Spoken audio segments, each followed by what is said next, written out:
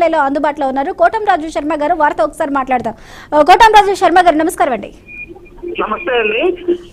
శర్మ గారు చెప్పండి. శర్మ గారు 27/7/2024 టీటీడీ వాళ్ళు ఏఆర్ డైరీ వాళ్ళకి నోటీస్ ఇచ్చారండి. ఆ నోటీస్ లో వాళ్ళు క్లియర్ గా పేర్కొన్నారు ఏమేమి అంశాలు. దానికి రిప్లై ఇస్తూ ఏఆర్ డైరీ వాళ్ళు అందులో క్లియర్ గా చెప్పారు 2 లారీలు ఏదైతే సేమ్ బ్యాచ్ ఉన్నాయో దానికి డిఫరెంట్ గా ఇచ్చారు ఎన్డీటీబీ వాళ్ళు.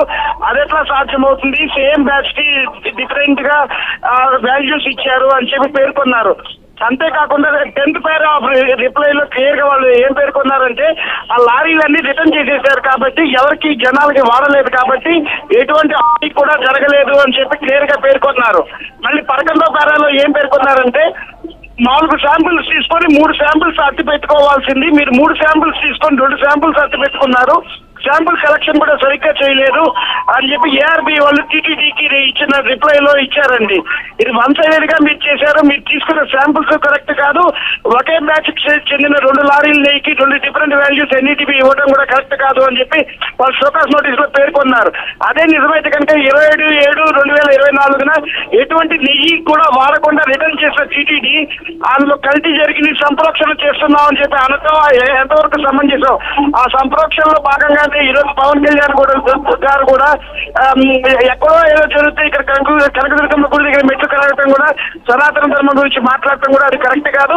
పవన్ కళ్యాణ్ గారు ఒక్క నిమిషం హోలో ఉండండి. కోటంరాజు గారు ఒక్క నిమిషం హోలో ఉండండి. చిట్టిబాబు గారు మీతో మాట్లాడతారంటే ఒక్క నిమిషం హోలో ఉండండి. చెప్పండి చిట్టిబాబు గారు.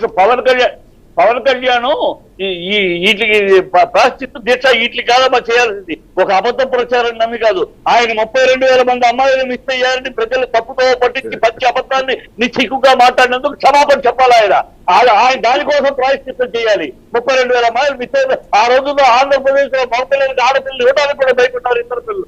అంత దౌర్భాగ్యం ఆంధ్రప్రదేశ్ పౌరులు తీశాడు. ఆ పచ్చి అబద్ధాన్ని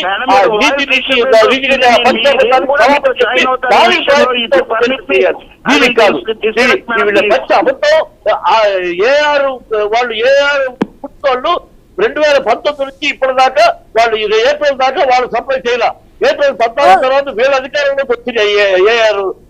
వాళ్ళు ఏది టెండర్లు లేరు, దేంట్లో లేరు. వాళ్ళు 2010 నుంచి టెండర్లు లేరు, భాగస్వాములు కారు. దీన్ని ఒక అబద్ధాన్ని తిప్పేసేసి దాన్ని చక్కని తిప్పేసేసి ఛానల్స్ మన ఛానల్స్ ఉన్నాయి కదా, మన పేపర్లు ఉన్నాయి కదా అని ఒక అబద్ధాన్ని 10 సార్లు చెప్పడం చంద్రబాబుకున్న అలవాటు.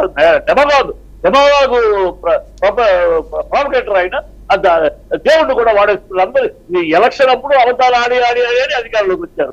ఎలక్షన్ అయిన తర్వాత కూడా ఇప్పుడు అబద్ధాలు. ప్రజలు గెలిపించారు, ప్రజలకి హామీలు ఇచ్చాం, హామీలు నెరవేరుస్తాం. ఆ పాలన కాదు, ఇంత నీచమైన దౌర్భాగ్యమైన రాజకీయం ఎక్కడా చూడలేము మనం ఈ చంద్రబాబు తప్పితే. ఓకే చిట్టిబాబు గారు, ఒక్క నిమిషం అండి. అజయ్ వర్మ గారు, నిజంగా ఏమీ లేని ఇంత రాద్ధాంతం చేస్తే సనాతన ధర్మం